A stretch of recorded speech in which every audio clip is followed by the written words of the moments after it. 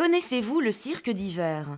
Ce lieu emblématique a été pendant des années à Liège un endroit de création culturelle et artistique, mais pas seulement. Pendant 20 ans, je dirais, ça a été un lieu de l'insolence, un lieu de la provocation, un lieu du désordre, un véritable entonnoir à idées, pluridisciplinaire, qui s'est donc investi dans tous les domaines de la culture et qui est mort de faim, FIN, je dirais 20 ans après.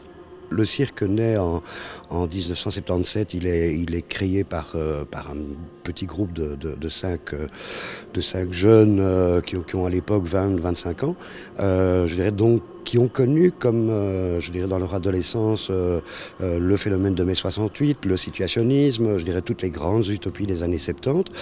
Et bon, ben finalement, de 77 à 99, ça représente quasiment 3 générations. Donc je dirais effectivement, les choses changent, la situation sociale, économique, politique, culturelle change. Et donc dès lors, effectivement, je dirais le cirque a évolué, mais ça ne répondait peut-être plus effectivement à un projet de base, avec en plus de ça, je dirais, la fatigue des animateurs. Tenir 20 ans, c'est énorme. Afin de sauvegarder l'histoire, l'esprit du cirque d'hiver, la province de Liège est devenue la gardienne de ce patrimoine liégeois.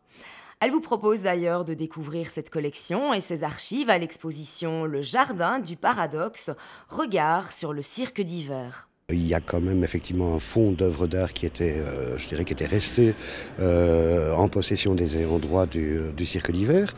Et donc la province de Liège a acquis cet ensemble. Donc effectivement, c'est la base de l'exposition.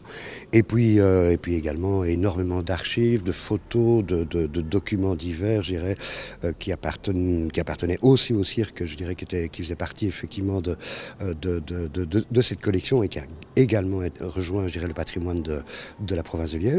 Et puis, je dirais des vidéos qui viennent d'un peu partout, des œuvres d'art qui viennent également, qu'on a empruntées à des musées, à des privés, de telle sorte, je dirais, à la fois qu'on est dans pas la reconstitution, je dirais, mais on est relativement proche, effectivement, de ce qu'était le cirque, mais avec le fait également que par rapport à la fin des années 70 et aux années 80, on est presque dans un portrait de société.